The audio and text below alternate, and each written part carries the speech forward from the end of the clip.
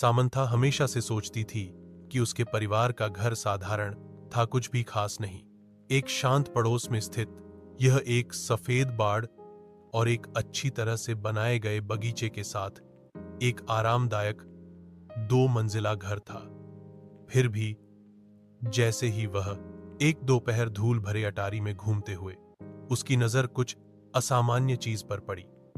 दूर कोने में भूली हुई बक्सों के ढेर के नीचे उसने फर्श के तख्तों के नीचे छिपा हुआ एक संकीर्ण ट्रैपडोर देखा। जिज्ञासा पर आश्चर्यचकित होकर वह घुटनों के बल बैठी और उसे खोला। नीचे स्थित छोटा सीढ़ीदार रास्ता एक धुंधली बासी सुरंग की ओर जाता था।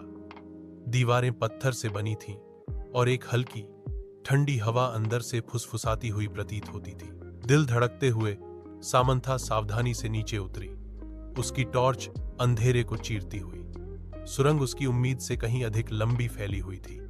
पृथ्वी के नीचे मुड़ती और मुड़ती हुई वह हिला नहीं सकी। उसे यह महसूस हो रहा था कि वह अतिक्रमण कर रही है, कि कुछ उसका इंतजार कर रहा है।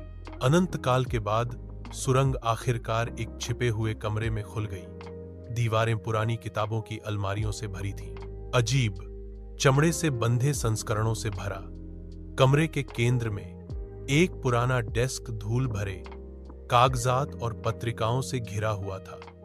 जैसे ही सामंथा दस्तावेजों से गुजरी उसके हाथ कांप गए। रिकॉर्ड। डीएस ने निषिद्ध अनुष्ठानों और गुप्त समाजों की बात की। उसके परिवार का नाम बार बार उल्लेख किया गया। जैसे जैसे वह गहराई से पढ़ती गई उसे एहसास हुआ कि उसके परिवार का इतिहास गहरे रहस्यों से जुड़ा हुआ था। रहस्य टीएस दफन रहने के लिए था। उसने कुछ ऐसा उजागर किया था जिसे किसी को नहीं जानना चाहिए था, कुछ ऐसा जो पीढ़ियों से छिपा हुआ था।